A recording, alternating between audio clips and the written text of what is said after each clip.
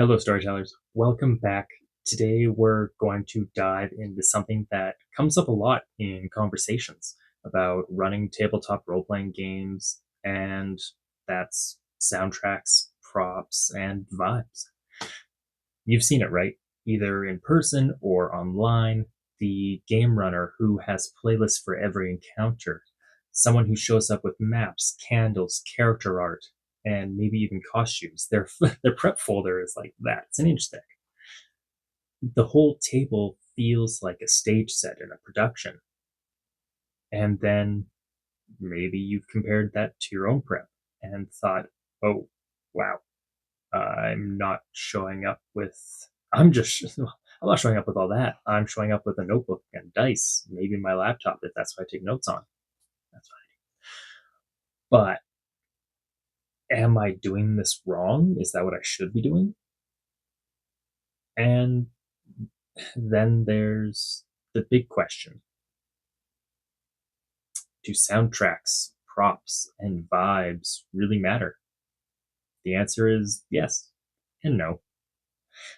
Yes, they can definitely enhance the experience, but also no, they're not a requirement, and it should never be an expectation on storytellers or game runners.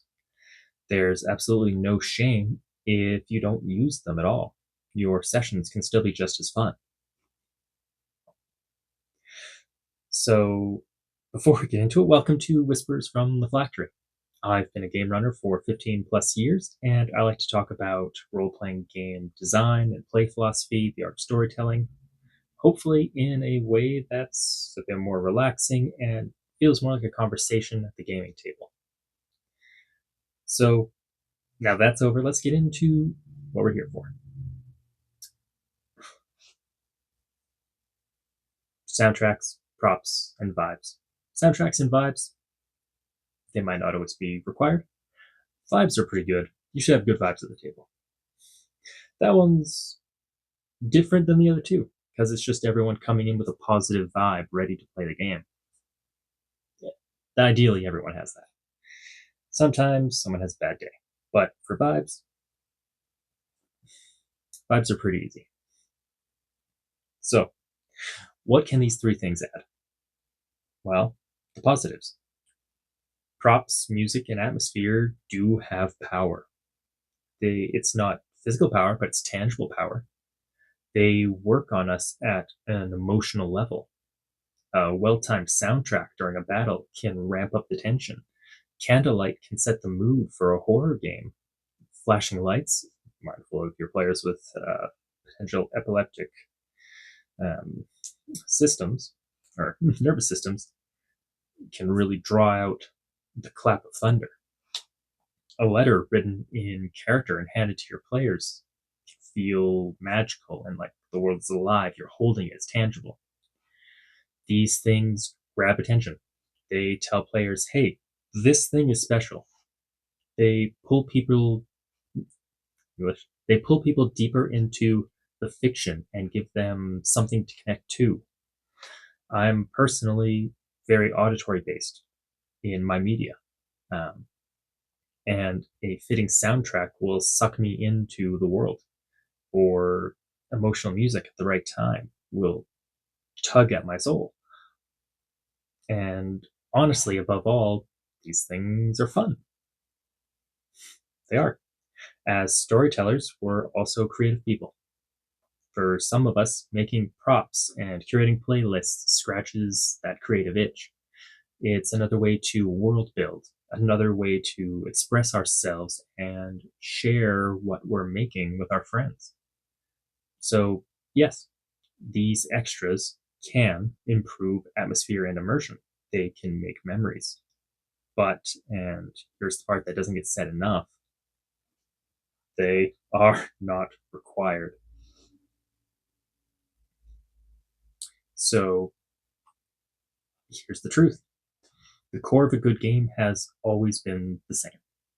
It's not the candles, it's not the music, it's not elaborate props.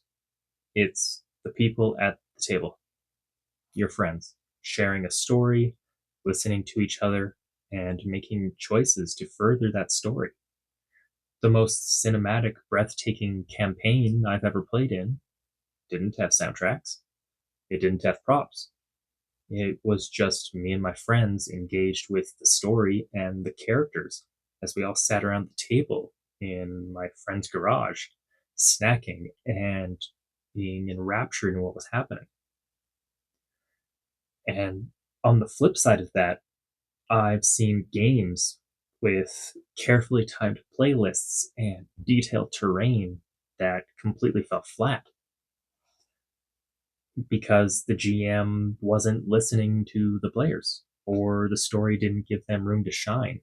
We were sitting there listening to the GM tell their story, and we were allowed to participate in it within our framework in that story.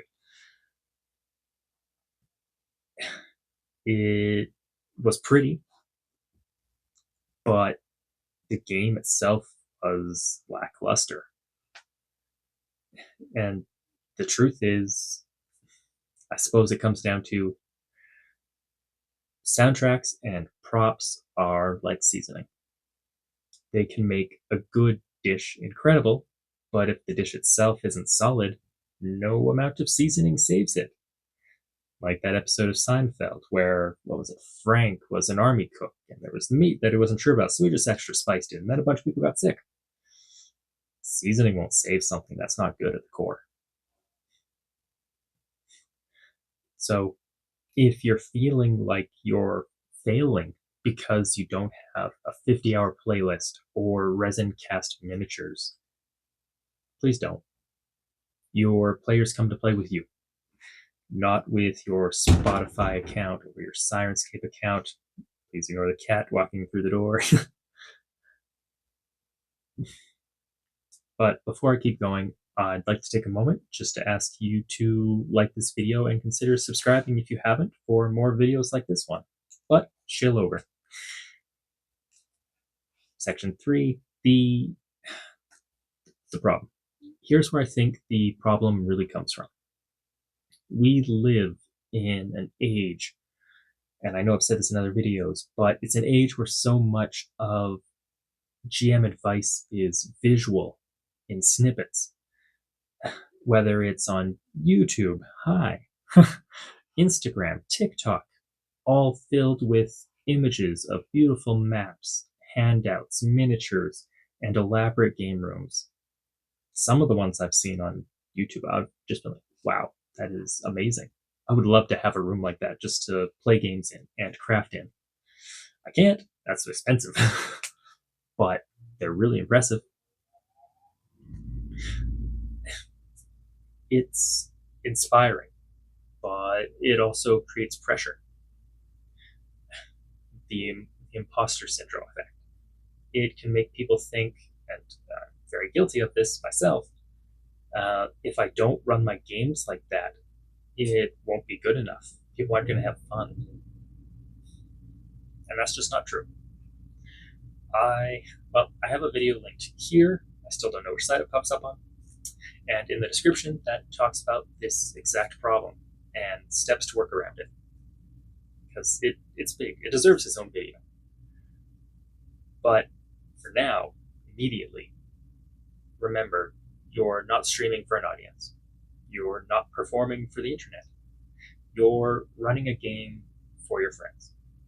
They're not judging you against Critical Role or Legends of Evantris. They just want to have fun with you.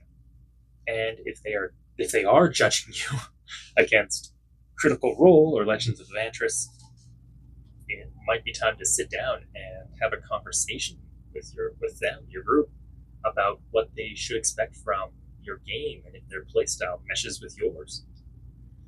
This can especially be an issue for new players who are coming into tabletop role-playing for the first time. Maybe after watching Critical Role or a campaign on YouTube where they do have all these things. They have music and props and beautiful sets, like Roll20. But the important thing to remember there is they're paid for those. Roll20, Brendan Lee Mulligan has said that it takes a team of 5 or 6 like a week to prepare the sets. So they have to know in advance what the set's going to be. I don't know about you, but I don't have the time to do a week of work, 5 or 6 people full time, to get something ready for game night. I'm here to have fun. I'm here to tell a story with my buddies. Um, it's not expected. It shouldn't be expected. So, yes, props and music and atmosphere can be awesome, but they are optional. Don't let them turn into a source of stress or guilt. So, how do we find that sweet spot? The key is to think about what you enjoy. But what so it's what you enjoy and what resonates with your players. If you love making props, do it, but only if it feels like fun. I I am lucky enough that I do have a 3D printer. I have made props before for my games, ones that I really like the look of, and that was great when the mood strikes me. The ADHD does not let it always strike me, but I don't worry about doing it if the motivation isn't there. If your players light up when you bring up background music, keep a simple playlist handy. Occasionally, I go on several hour dives and I make playlists for games or characters. Generally, I don't. Generally, I might spend half an hour when I think of a campaign idea, some general atmospheric music, some fight scene music. That's it. The two. Like, yes, we're going to a dungeon. Here's some spooky ambient music. We are doing a fight. Here's some video game combat music. Carry on, sorry, tangents. But if your group is more casual, or you don't have the bandwidth currently, you don't have the spoons or the spell slots. I like spell slots because it's fantasy. Um, you shouldn't sweat it. Role playing games shouldn't be a job that you clock into unless it's actually your job. If it's literally your job, well, sorry, this can't help you. But for most of us, 99% of us, it's a hobby.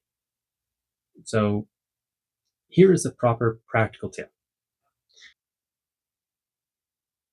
Apparently, I ran out of maximum recording time. Anyway,